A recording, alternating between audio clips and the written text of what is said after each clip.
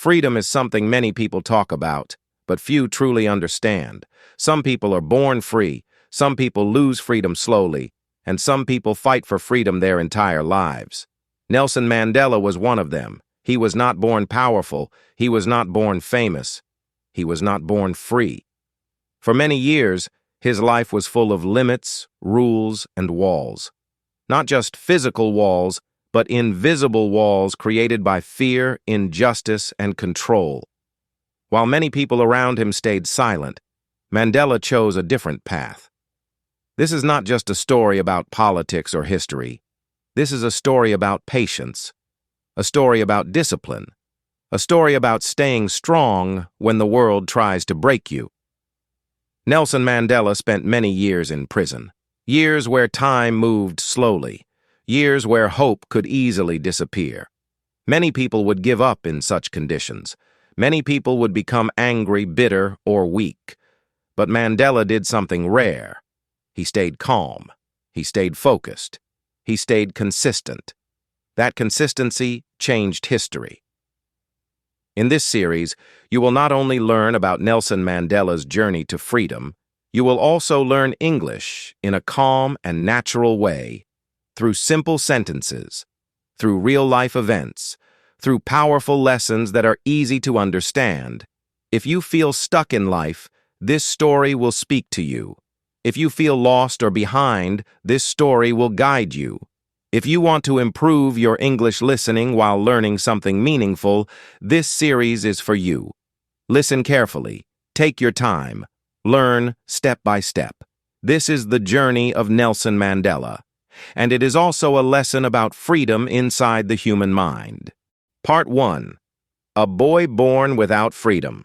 Nelson Mandela's Early Life. Nelson Mandela was born into a world where freedom was not equal. From the very beginning, his life was shaped by rules he did not choose and limits he did not create. He was born on July 18, 1918, in a small village called Mvezo in South Africa. The place was quiet and rural, far from big cities and power. But even in this peaceful village, unfairness already existed.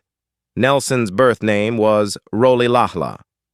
In his local language, this name means pulling the branch of a tree. Some people say it also means troublemaker. At that time, no one knew how meaningful this name would become. He was born into the Thembu royal family, but this did not mean wealth or freedom. It only meant responsibility and tradition. Nelson grew up in a traditional African community. Life was simple. People respected elders. Stories were shared orally. Children learned by watching adults. There was no electricity, no modern comfort, but there was a strong sense of belonging. This early environment taught Nelson discipline, respect, and patience. These values would later help him survive very difficult times. When Nelson was still a child, his father died. This was a turning point in his life. After his father's death, Nelson was sent to live with the Thembu king, who became his guardian. This change exposed him to leadership discussions and decision-making from a young age. He listened carefully as elders talked about justice, leadership, and community. He learned that leaders must think beyond themselves. At school, Nelson experienced something new. His teacher gave him the English name Nelson. This was common during colonial times. African children were often given English names, not by choice, but by system. This small detail shows how early control and identity loss were part of daily life. Even names were not fully owned.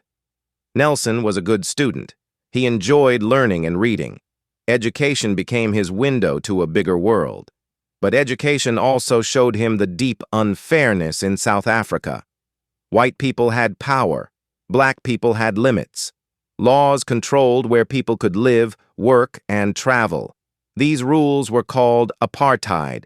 They separated people by race and gave power to only one group. As a young boy, Nelson did not fully understand politics, but he understood one thing clearly. Life was not fair. He saw people being treated differently because of their skin color. He saw opportunities blocked. He saw fear and silence. These experiences stayed with him quietly. They did not make him angry immediately. They made him thoughtful. Nelson later moved to Fort Hare University. This was one of the few places where Black South Africans could receive higher education. At university, he met other young people who were also questioning the system. They talked about freedom, rights, and dignity. Nelson began to see that his personal experiences were part of a bigger problem. However, Nelson's journey was not smooth. He did not always follow rules. He questioned authority. When he disagreed with unfair treatment at the university, he joined protests. Because of this, he was expelled. This moment could have broken him. Instead, it strengthened his sense of justice. After leaving university, Nelson went to Johannesburg. The city was loud, busy, and full of contrast. Wealth and poverty existed side by side. In Johannesburg, Nelson saw the true face of apartheid. Black people worked hard, but lived in poor conditions. White people controlled businesses and government. This reality deeply affected him. In Johannesburg, Nelson worked small jobs and continued his studies. He studied law and met people who believed in change. Slowly, his quiet thoughts turned into clear purpose. He did not rush. He observed. He listened. He learned. His calm nature helped him understand the long struggle ahead. Nelson Mandela's early life was not heroic or dramatic. It was slow, it was ordinary, but inside him something strong was forming. Discipline, patience, awareness. These qualities do not appear suddenly. They grow quietly over time. This is important to understand. Great leaders are not born ready. They are shaped by experience. Nelson's childhood, education, and early struggles built the foundation for everything that followed. At this stage of his life, Nelson Mandela was not yet a symbol.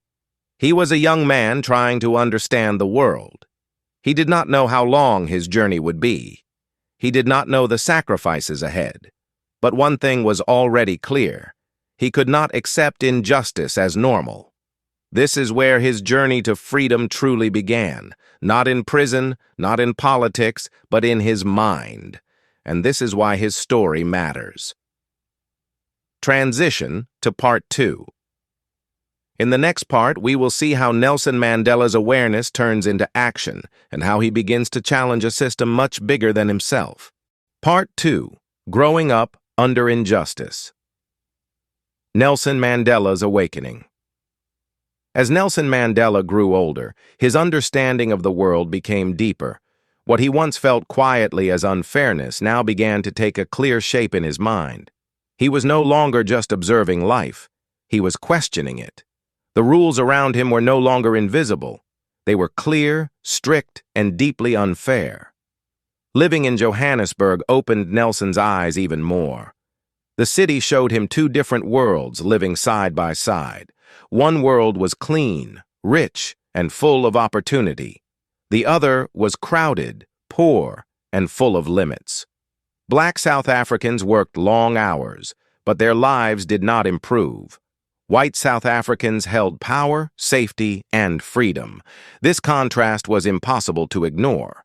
Nelson saw how laws controlled every part of life, where people could live, what jobs they could do, which schools they could attend, even where they could walk. These laws were not hidden. They were written, enforced, and protected by the government. Apartheid was not just an idea, it was a system. At first, Nelson felt confusion more than anger. He asked himself many questions. Why should a person be treated differently because of skin color? Why should opportunity be limited by birth? Why should fear control daily life? These questions did not leave his mind. They followed him everywhere. Nelson continued studying law because he believed knowledge was a form of power. He wanted to understand the system that controlled his people. Law showed him how injustice was made legal. This was a painful realization. The law was not always used to protect people. Sometimes it was used to control them.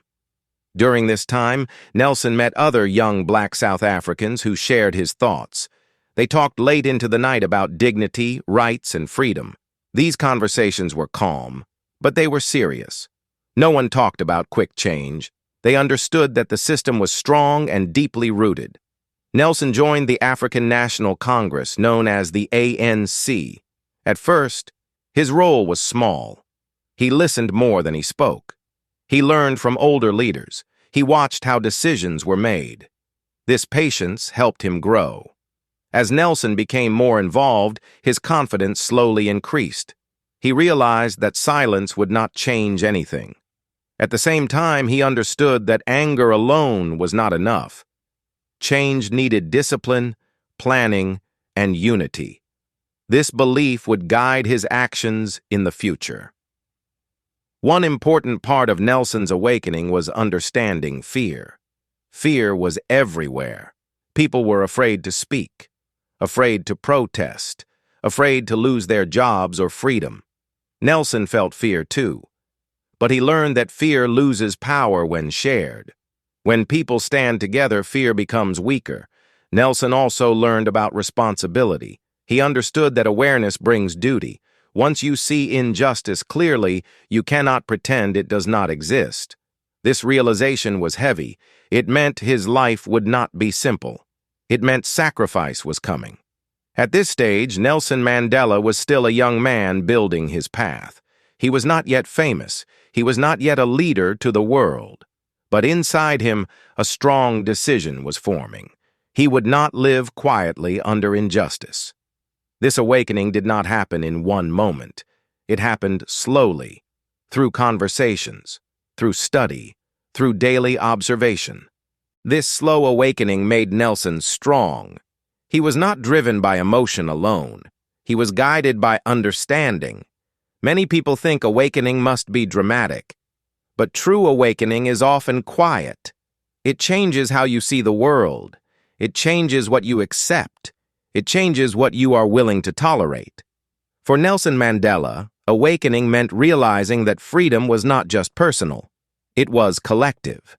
His freedom was connected to the freedom of millions of others. This understanding made his mission larger than himself. By the end of this period in his life, Nelson Mandela was no longer just learning about injustice. He was preparing to challenge it. He knew the path would be long. He knew the cost would be high. But he also knew that doing nothing was not an option. This is how awakening works. It does not push you suddenly. It pulls you steadily toward action. And Nelson Mandela was now moving forward. Transition to Part 3.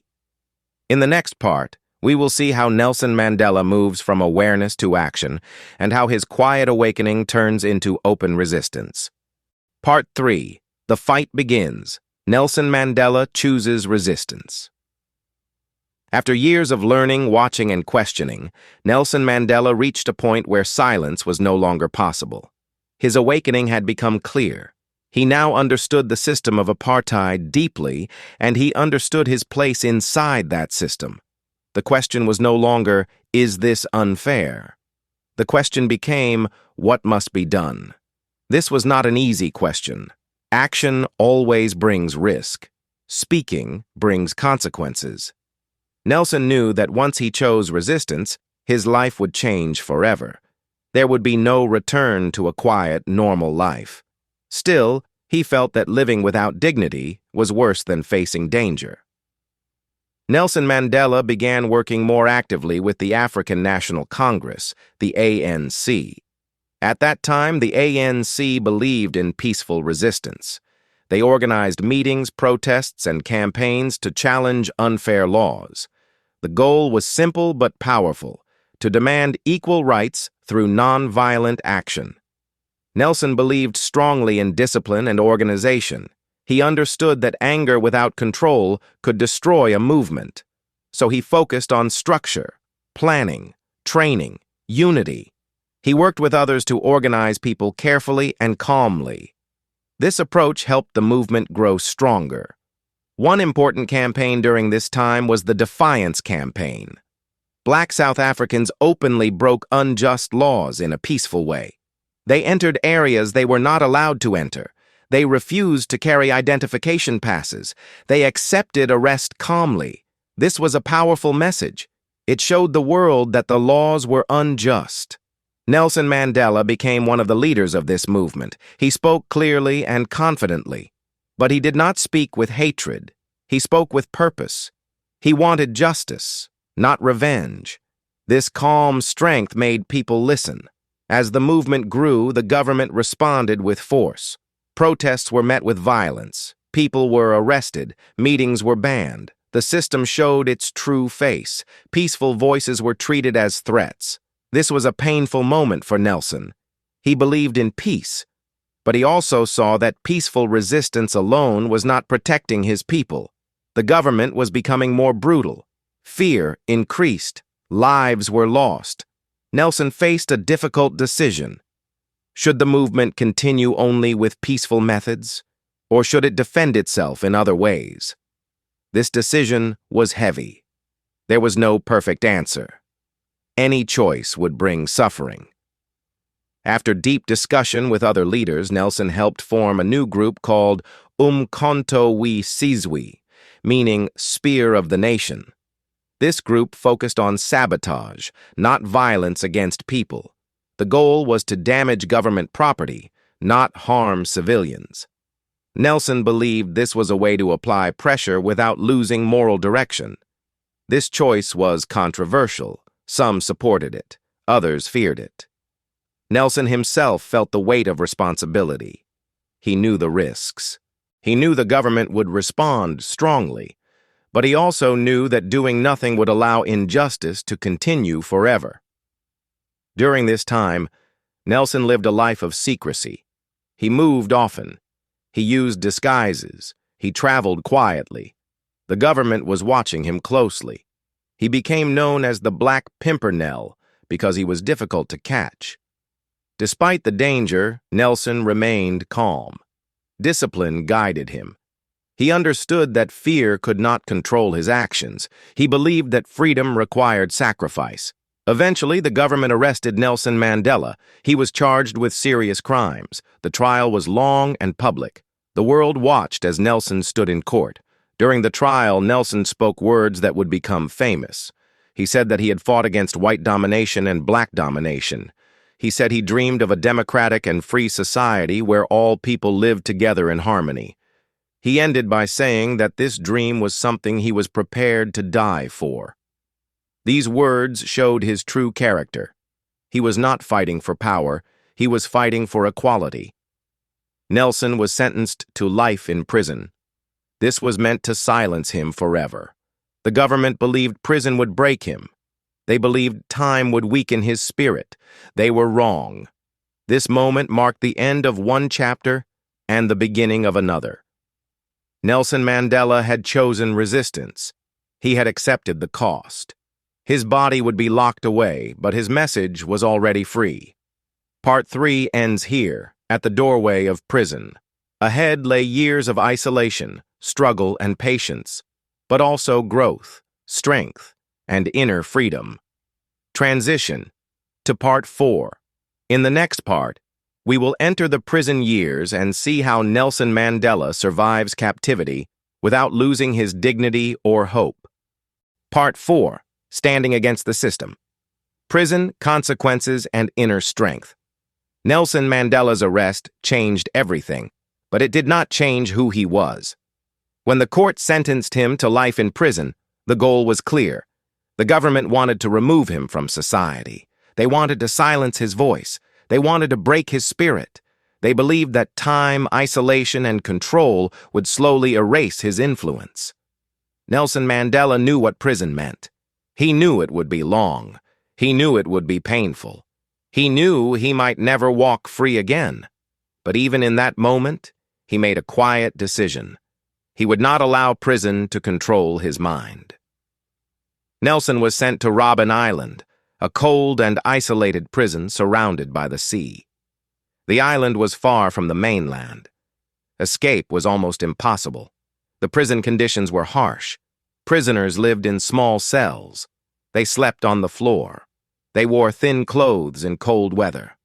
Food was limited and poor. Every detail of prison life was designed to remove dignity. Prisoners were treated as numbers, not as human beings. Guards shouted orders. Silence was enforced. Work was hard and meaningless. Prisoners were forced to break stones under the sun for hours. The work had no purpose. It was meant to exhaust the body and empty the mind. At first, the prison tested Nelson deeply. The loss of freedom was total. He could not choose when to sleep, eat, or speak. He could not see his family freely. Letters were rare and censored. Visits were limited and controlled. Many people would become angry or hopeless in such conditions. But Nelson chose a different response. He chose discipline. He understood something important. Prison could control his body, but it did not have to control his thoughts. He decided to protect his inner freedom. This decision became his strongest weapon. Nelson kept his daily routine simple and steady. He woke up with purpose. He worked with focus. He exercised when possible. He used his time carefully. Instead of letting days destroy him, he shaped his days. He also understood the power of respect. Even in prison, he treated others with dignity. He spoke calmly. He listened. He showed patience. Over time, this behavior changed how some guards saw him. Not all guards were cruel. Some were simply following orders. Nelson never forgot that they were human, too. Education became a form of resistance. Prisoners taught each other secretly. They shared books. They discussed ideas quietly. Nelson encouraged learning. Knowledge kept their minds alive. The prison became known as the University of Robben Island because so much learning happened there. Nelson also learned patience on a deeper level. Days in prison move slowly. Weeks feel long. Years feel endless. Prison teaches you to wait. But Nelson did not wait passively. He waited actively. He used time to grow stronger inside. He understood that anger could destroy him, so he controlled it. This did not mean he accepted injustice. It meant he refused to let hatred decide his future. Forgiveness for Nelson was not weakness. It was strategy. The government believed prison would make Nelson disappear. Instead, it made him stronger. Outside the prison, people continued to talk about him. His name became a symbol. International pressure grew. The world began to watch South Africa more closely. Inside prison, Nelson's leadership continued quietly. Prisoners looked to him for guidance. When conflict appeared, he helped calm it. When despair appeared, he offered perspective. He did not promise quick freedom. He promised dignity. This period of Nelson Mandela's life teaches an important lesson. Real strength is not loud. It is steady. It survives pressure. It grows in silence. Prison took many things from Nelson Mandela. It took his youth. It took his time with family. It took comfort. But it did not take his values. It did not take his discipline. It did not take his vision. Nelson Mandela understood that systems can be resisted in different ways. Sometimes resistance is public. Sometimes it is private. Sometimes the most powerful resistance is refusing to become bitter. Years passed. The system expected Nelson to change, but it was the system that began to weaken. Pressure from inside and outside the country increased. The world could no longer ignore apartheid. Nelson Mandela remained patient. He did not rush history. He allowed time to work. This patience was not passive. It was controlled and purposeful. Part 4 ends here, deep inside the prison walls.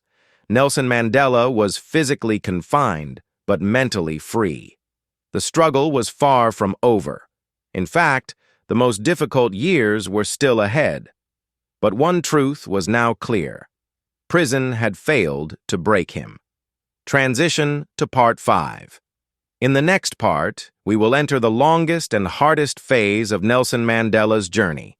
Many years behind bars, where discipline, patience, and inner strength are tested every single day. Captured and silenced life. Deep inside prison was not just a place for Nelson Mandela. It was a test that lasted many years. After the world stopped seeing him in public, his life became invisible to most people. Days passed quietly. Years passed slowly. The The government believed that silence would erase his influence. They believed that time would weaken his spirit. But prison did not silence Nelson Mandela. It shaped him. Life inside prison followed strict rules. Every day was controlled. Wake-up time, work time, meal time, and sleep time were decided by others. There was no privacy. There was no comfort. Small things that people outside take for granted did not exist. Even speaking freely was limited. Nelson Mandela lived in a small cell. The walls were cold. The space was narrow. He slept on a thin mat. At night, the sound of the sea and wind filled the silence. The days felt endless. But Nelson did not allow time to defeat him. He learned that survival in prison required structure. Without structure, the mind becomes weak. So he created his own discipline. He followed a daily routine as much as possible. He exercised. He read. He reflected. He stayed mentally active. This discipline was not just for strength. It was for dignity. Prison guards often tried to humiliate prisoners. Orders were shouted. Punishments were unfair. Sometimes, prisoners were denied basic respect. Nelson understood that reacting with anger would only give the guards more power, so he responded with calm. Calmness became his shield. Over time, Nelson's behavior changed how some guards treated him. They saw his consistency, his respect, his self-control. Not all guards changed, but some did. This showed Nelson something important. Even in a cruel system, individuals still had choices. Inside prison, Nelson Mandela was not alone. Other political prisoners were there too. They shared the same struggle. Together they formed a quiet community. They supported each other emotionally and mentally. They shared stories. They discussed ideas. They reminded each other why they were there. This support was vital. Isolation destroys hope. Connection protects it. Education became a powerful tool. Prisoners taught each other history, politics, and language. Nelson encouraged this learning. He believed knowledge was a form of freedom. Even when the body is locked, the mind can travel. The prison authorities tried to control information. Books were limited, letters were censored, but learning still happened. Slowly, carefully, quietly. Years passed. Nelson Mandela grew older inside prison. His hair turned gray. His body became weaker, but his mind became stronger. He learned patience on a deeper level. He learned to wait without losing purpose. Many times, the government offered Nelson freedom under conditions. They wanted him to stop his struggle. They wanted him to accept apartheid in exchange for release. Nelson refused every offer. Freedom without dignity was not freedom. He understood that clearly. These refusals surprised the world. Many people wondered how a man in prison could reject freedom. But Nelson knew something others did not. If he accepted these conditions, the struggle would lose meaning. His personal freedom would come at the cost of millions of others. This choice required immense strength. Prison tested Nelson Mandela's emotions. There were moments of sadness, moments of loneliness, moments of pain. He missed his family deeply. He missed watching his children grow. He missed ordinary life. These losses were heavy. But he did not allow loss to turn into bitterness. Instead, he used pain to strengthen his resolve. He reminded himself why he was there. He reminded himself that suffering had purpose. This mindset helped him endure. As the years passed, the world outside began to change. International pressure against apartheid increased. Protests grew. Countries began to criticize South Africa openly. Nelson Mandela's name became a symbol of resistance. Inside prison, Nelson was aware of these changes. Slowly, he realized that the system holding him was weakening, but he did not rush. He remained patient. He stayed disciplined. This patience confused his enemies. They expected anger. They expected desperation. Instead, they saw calm confidence. Prison was meant to silence Nelson Mandela. Instead, it amplified his message. The longer he stayed, the stronger his symbol became. The world began to see apartheid as cruel and outdated. This part of Nelson Mandela's life teaches a powerful lesson. Silence does not always mean defeat. Sometimes, silence builds strength. Sometimes, waiting is an active choice. Nelson Mandela did not escape prison quickly. He did not break the system overnight. He survived it. And by surviving it with dignity, he weakened it from the inside. Part 5 ends here, deep in the heart of prison life. The years are long. The struggle continues. But something important is becoming clear. The system is changing, and Nelson Mandela is still standing. Transition to Part 6.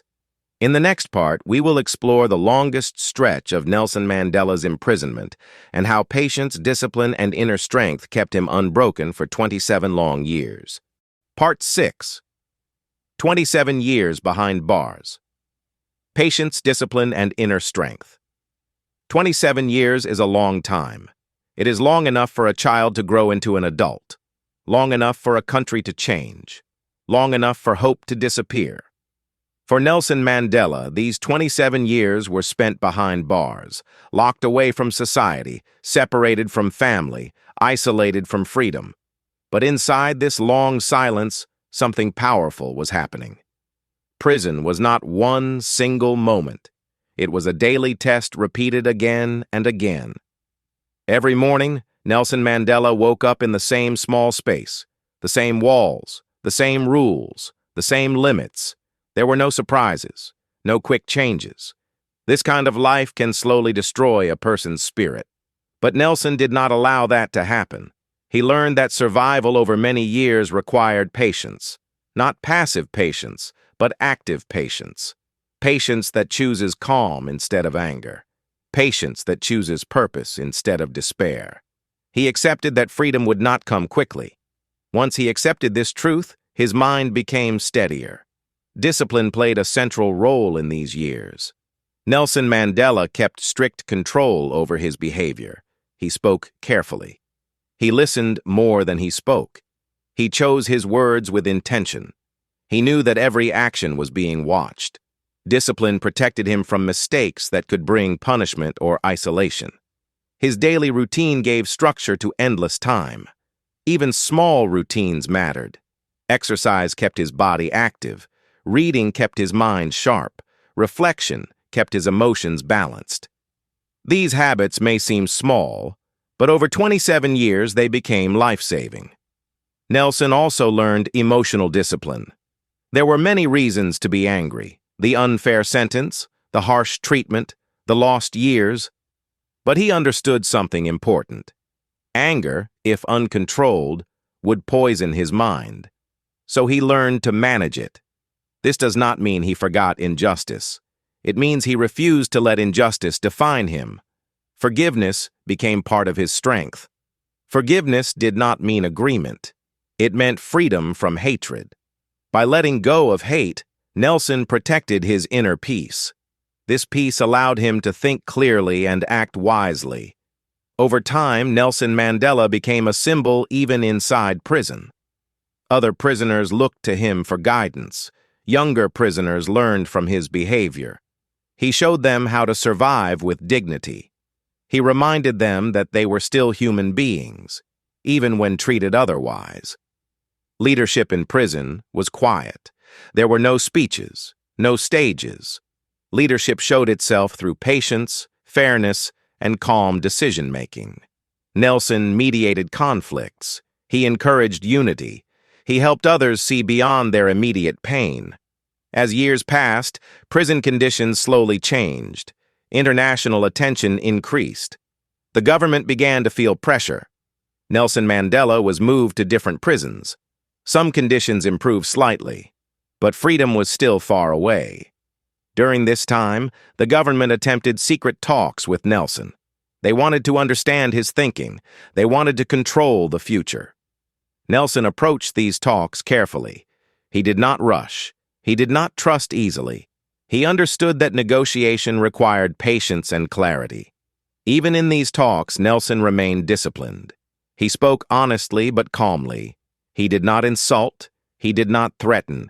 He focused on principles, equality, democracy, shared future. His long years of discipline had prepared him for this moment.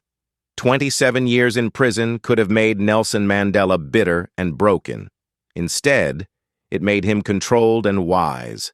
He learned that true power is not force. True power is self-control. His body aged in prison. His hair turned white. His steps became slower.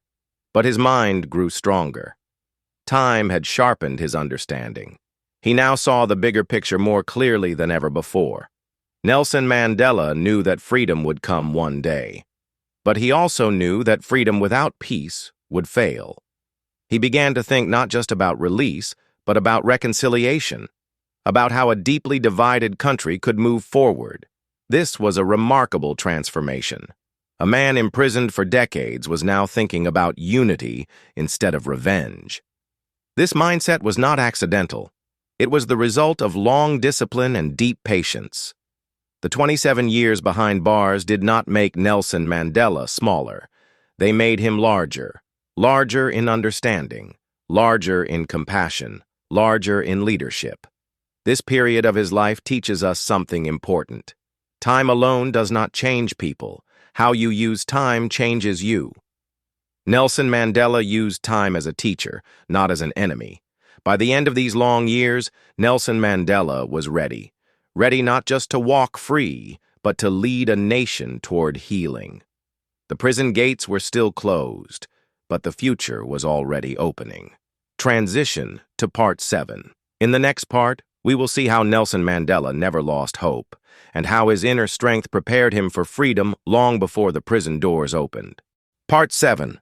Never Losing Hope, the Strength of the Human Spirit. Hope is easy when life is kind. Hope is difficult when life is unfair. For Nelson Mandela, hope was not a feeling that came and went. It was a choice he made again and again, even when there was no clear reason to believe. During his long years in prison, hope became his quiet companion. Hope did not mean that Nelson believed freedom would come soon. He was realistic. He understood the power of the system holding him. He knew that apartheid was deeply rooted. Hope, for him, meant something different. It meant believing that his suffering had meaning.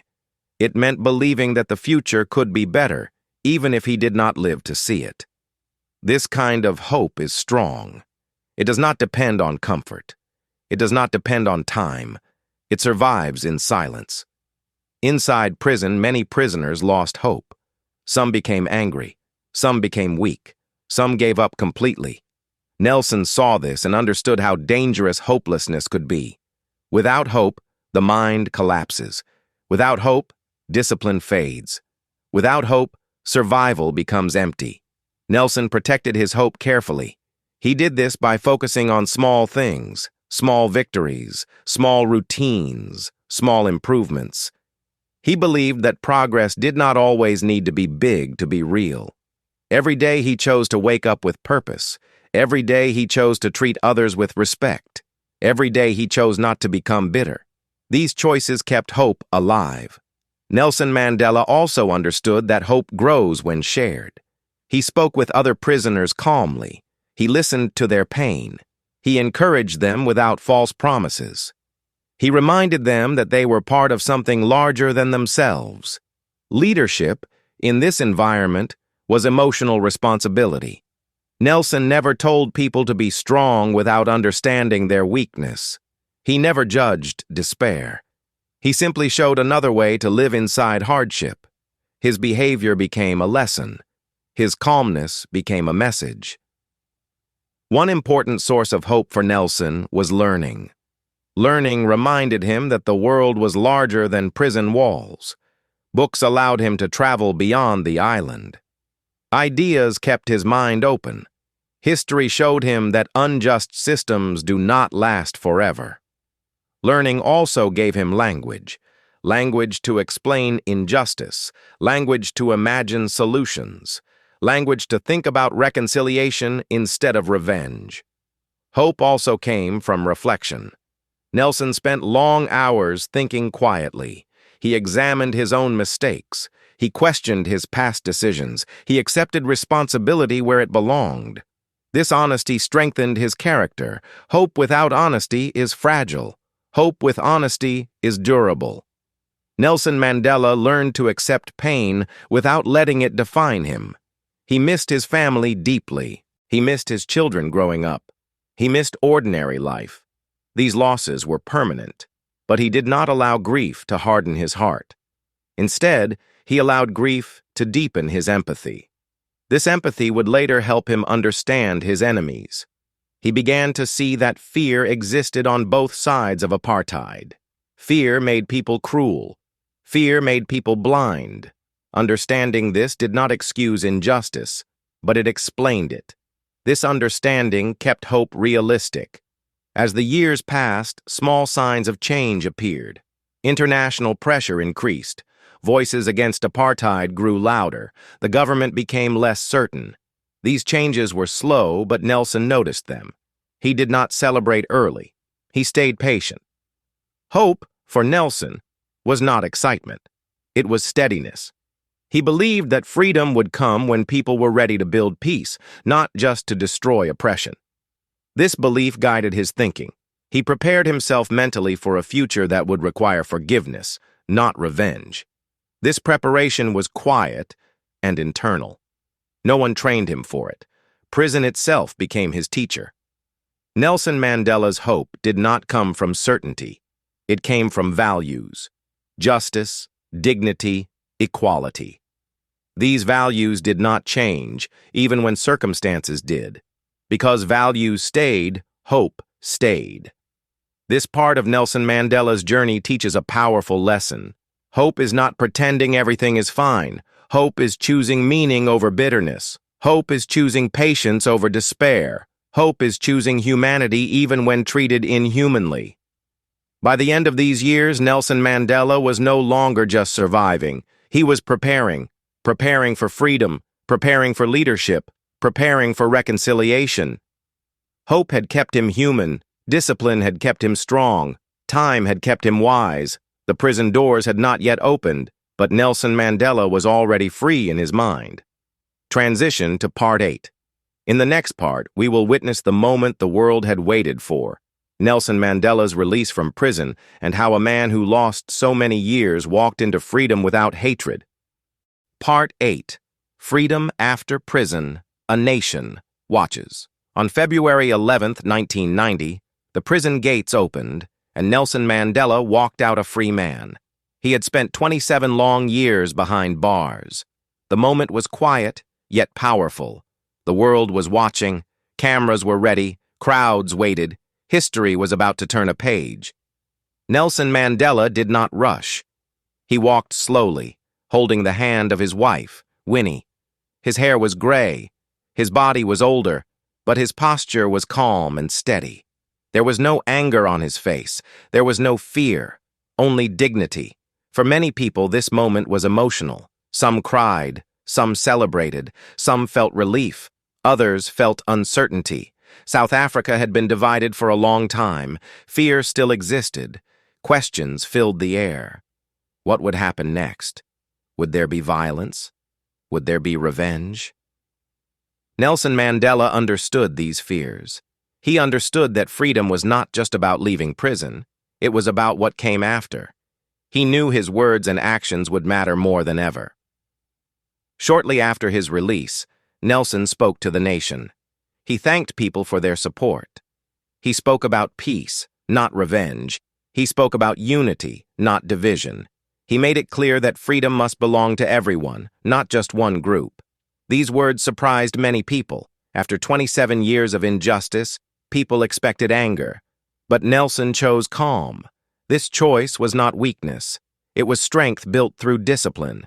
Freedom brought new challenges. Nelson Mandela had to adjust to a world that had changed. Technology was different. Society was faster. People expected answers immediately.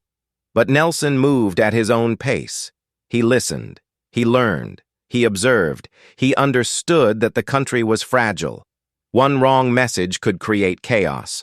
One angry speech could start violence. So he chose his words carefully. Discipline guided him, just as it had guided him in prison. Nelson began meeting leaders from different sides: black leaders, white leaders, political opponents. Some meetings were tense, trust was low, pain from the past was still strong. But Nelson believed that conversation was the only way forward. He did not forget injustice. He did not erase the past. But he refused to let the past control the future. Many people outside South Africa admired Nelson Mandela immediately. He became a global symbol of freedom. Leaders from around the world invited him to speak. Awards were offered. Praise followed him everywhere. But Nelson remained focused on one thing: his country. Inside South Africa, emotions were mixed. Some people wanted quick change. Others feared losing power. Nelson understood both sides. He knew that peace required patience. He encouraged people to stay calm. He reminded them that freedom was a process, not a moment. This message was important. Many revolutions fail because people expect instant results. Nelson knew better. Freedom without structure can turn into chaos. Nelson Mandela worked closely with others to prepare for a new political future. Negotiations were difficult. Compromises were necessary. Not everyone was happy. But progress slowly appeared. One of Nelson's greatest strengths during this time was self-control. He never allowed anger to lead him. He never spoke carelessly. He treated even his former enemies with respect. This behavior confused some people. Why respect those who caused so much pain? Nelson's answer was simple. Respect opens doors. Humiliation closes them. This mindset helped reduce fear. It helped people listen. It helped create space for change. Nelson also showed leadership through symbols. He attended events that brought people together. He wore symbols of unity. He sent clear messages without shouting. These small actions had a powerful effect. For many South Africans, seeing Nelson Mandela free was a lesson in itself. He showed that suffering does not have to create hatred. He showed that patience can produce wisdom. He showed that discipline can shape destiny. Freedom tested Nelson Mandela in new ways. In prison, discipline protected his mind. In freedom, discipline guided his influence. The challenge was different, but the principle was the same. As months passed, South Africa moved closer to its first democratic election. The world watched closely. Fear slowly turned into hope. Nelson Mandela became the face of this transition. He never claimed to be perfect. He admitted mistakes. He listened to criticism. This honesty increased trust. Part 8 of this journey shows us something important. Freedom is not the end of struggle. It is the beginning of responsibility. Nelson Mandela understood this deeply. When the prison doors opened, his body was free. But his true freedom had already been built inside him, through discipline, patience, and hope. Now, the next chapter awaited. Leadership, transformation, a nation ready to change. Transition to Part 9. In the next part, we will see one of the most remarkable transformations in modern history.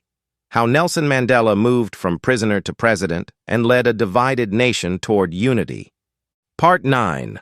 From prisoner to president. A historic transformation. The journey from prison to the presidency is almost impossible to imagine. For most people, prison ends a life. For Nelson Mandela, prison prepared him for leadership. When South Africa moved toward its first democratic election, the world watched closely. The country was still fragile.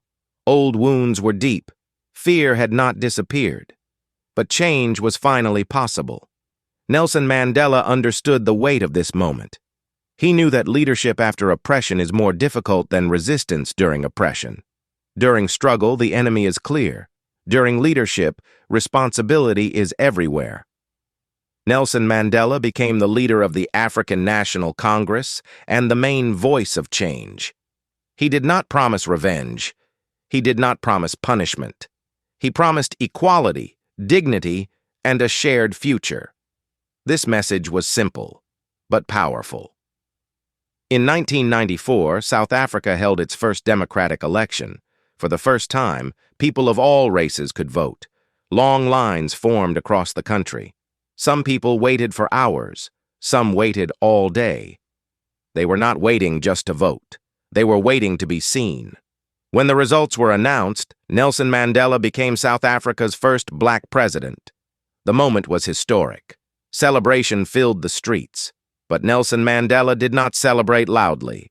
He remained calm. He knew the work had just begun. Becoming president did not erase the past. The country was still divided. Many people were afraid of change. Some feared losing power. Others feared disappointment. Nelson Mandela understood that leadership now required healing. One of his first goals was reconciliation. He believed that a nation cannot move forward if it is trapped in anger. But reconciliation did not mean forgetting.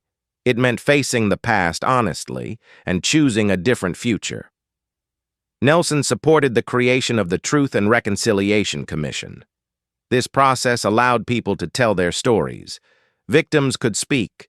Perpetrators could confess. The goal was not revenge, but understanding. This approach was difficult. Pain resurfaced, emotions were strong, but it helped prevent violence. Nelson Mandela also focused on symbolic leadership. He knew symbols speak louder than words. One famous moment showed this clearly. He supported the national rugby team, a symbol many black South Africans once rejected. By wearing the team's jersey, Nelson sent a message. The nation belonged to everyone. This act surprised many people, but it reduced fear. It created unity. It showed that leadership can heal through respect. As president, Nelson Mandela faced many challenges. Poverty was widespread. Inequality was deep. Expectations were high. Some people wanted fast change. Others resisted any change at all. Nelson did not rush. He focused on stability. He believed that slow progress with peace was better than fast progress with violence. Nelson Mandela governed with humility. He listened to advisors. He admitted when he did not know something. He respected institutions. He did not try to hold power tightly. In fact, he served only one term as president.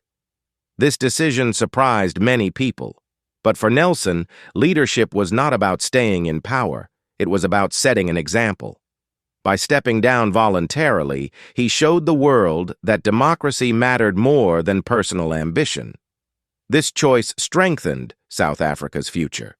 It showed that leadership could be temporary and still meaningful. Nelson Mandela's transformation from prisoner to president teaches an important lesson. Leadership is not created by position. It is created by character. Years of discipline, patience, and self-control prepared him for this role. He did not lead through fear.